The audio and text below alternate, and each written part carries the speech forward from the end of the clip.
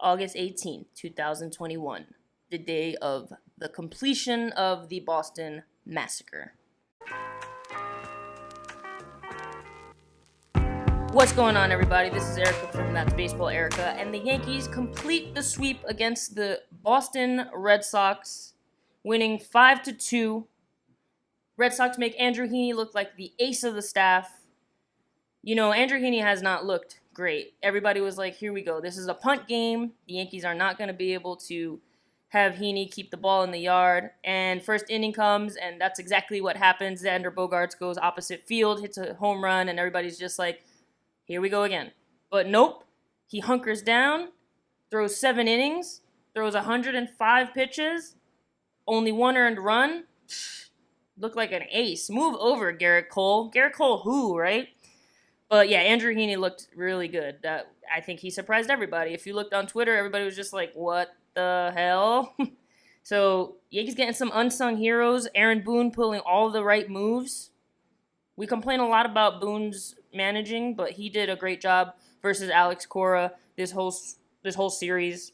Chapman looks awful on his first game back from the IL. Hopefully that changes because you're paying him a lot of money to be a closer, and in the past he just hasn't been able to close those big games. Against Houston, he gives up home runs. I mean, it's very frustrating to watch him, but you know he's so good. He's so good, and somehow he just can't get his control under control. So hopefully he just needs some time back to like warm back into that closer that he can be. Just a lot of unsung heroes. Andrew Velazquez has been an absolute superstar. Everyone knows his story. Kid from the Bronx. He's staying with his mom right now, sleeping in the same bed that he grew up in, just to take an Uber back to the stadium on the team that he grew up loving. He's living the dream. Any Yankee fan that had this dream was like, I want to play for the Yankees when I grow up. He's living it. It's so cool to see. But, I mean, he's not better than Gleyber Torres. He is in the field, but overall he's not better than Gleyber Torres.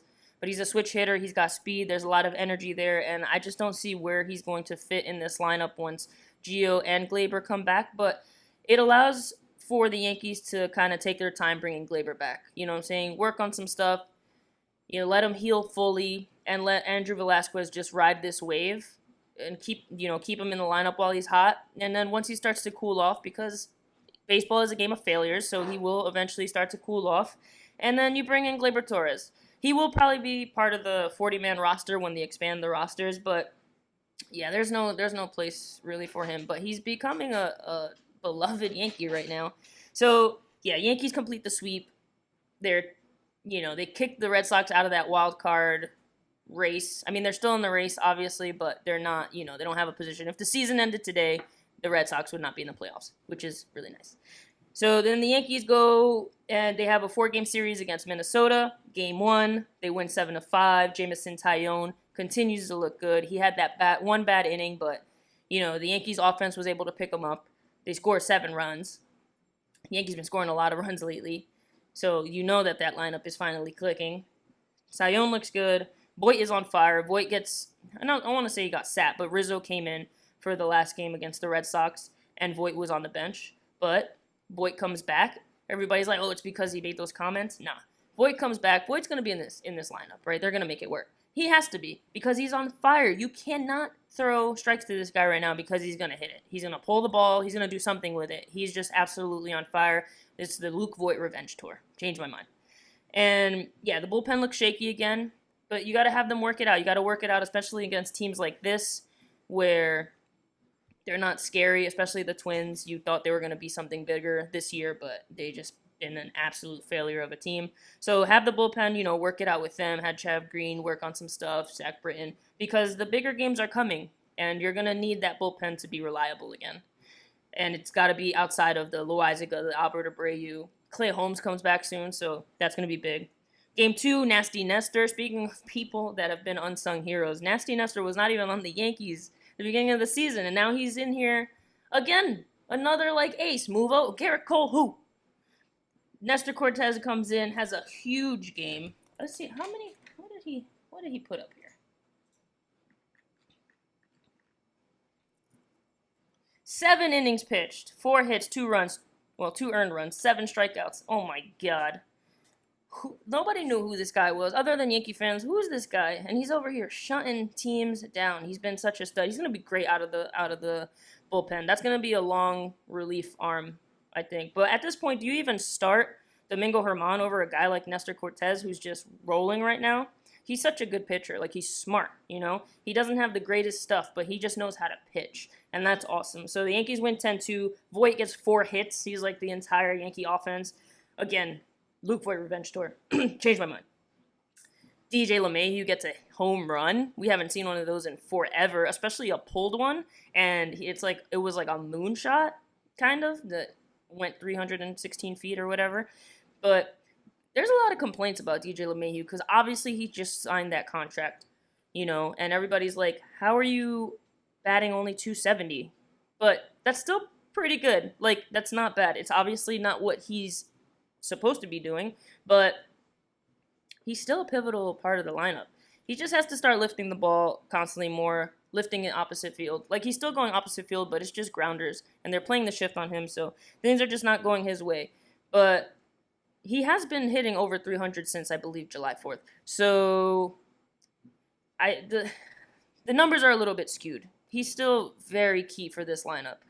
And Aaron Judge just continues to be great. Aaron Judge has stood healthy all season, minus the fact that he was on the IL for COVID. It's going to be hard to have to pay all these players, but Aaron Judge is being the captain, unofficial captain of this lineup. He's been consistent all year, and you just love that you're seeing him and Stanton stay healthy. Now, Stanton, yeah, he's not playing the field, but he's starting to play the field a little bit more, and this is what every Yankee fan wanted. They just need to stay healthy, and those two guys have been, so that's been good. Game 3, Garrett Cole comes in, our ace, looks absolutely dominant. He's like Andrew Heaney, Nestor Cortez, relax. I'm the true ace of this staff. And, yeah, he gives up 1 run? I don't know, he didn't even give up a run. He didn't even give up a run. Voit continues to mash, another, I think, 2 RBIs. Then Velazquez hits his first homer. That was awesome watching his family just, like, crying and just, oh, man, I can't even imagine. That has to be so cool. It's going to suck to see him go down. And Gallo gets the day off. Gallo has really been struggling. I really want to know what his swing miss percentage is because he's very all or nothing. He has such a good eye that if he could just make contact with the ball because he sees the ball so well, like, he would be so much better. He's at 210. He's batting 210, and everybody knew this. Like, I know this is Joey Gallo. This is his game. But it's just like, man, you have the potential to be such a great hitter. But he just swings and misses so much. That swing he's such a long, long swing. But whatever, he'll figure it out. I mean, as long as he's still walking and scoring runs, that's still important. That's all you want. And he's a stud in left field or in the outfield in general. He has an absolute cannon. The Red Sox weren't running on him. It was like, no, this is not happening. And so yeah, the Yankees are just clicking. They're clicking at the right time. They look absolutely unbeatable. Like, right now, the way they're playing, I don't know who can beat them. It's really fun to watch. They're 2 games up in the wild card. They're 4.5 games back from the Rays in the division. So that's starting to look promising. They're stealing bases. They're just playing unconventional baseball. Like, that's not the way the Yankees are supposed to be playing. They have the most steals since the All-Star break. And prior to that, they had the least amount of stolen bases. So they're playing very smart, pulling all the right moves. Gio Urshela is going to be back soon. He has a rehab assignment with Somerset Patriots, so you're going to have him back at third base, which is going to be awesome because although Odor has been serviceable at third base, he's actually, like, doing a really good job.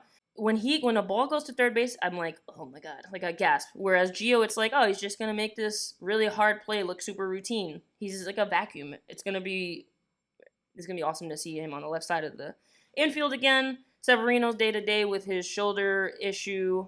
I don't see him coming back until September, probably. Well, that makes sense. And then he'll probably be out of the bullpen. Him and Nestor Cortez are going to be really key roles out of the bullpen, unless Nestor stays in the rotation and you have Domingo Germán coming out of the bullpen. But you need a long reliever.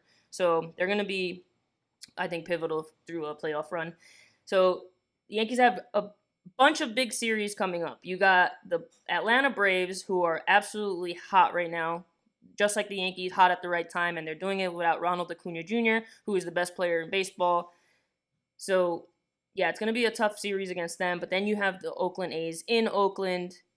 The Yankees share, they're sharing the wild card there with the Oakland A's. So that's going to be a big series. And they don't really do well in Oakland. So hopefully they can pull out at least the series win. They're giving themselves some wiggle room.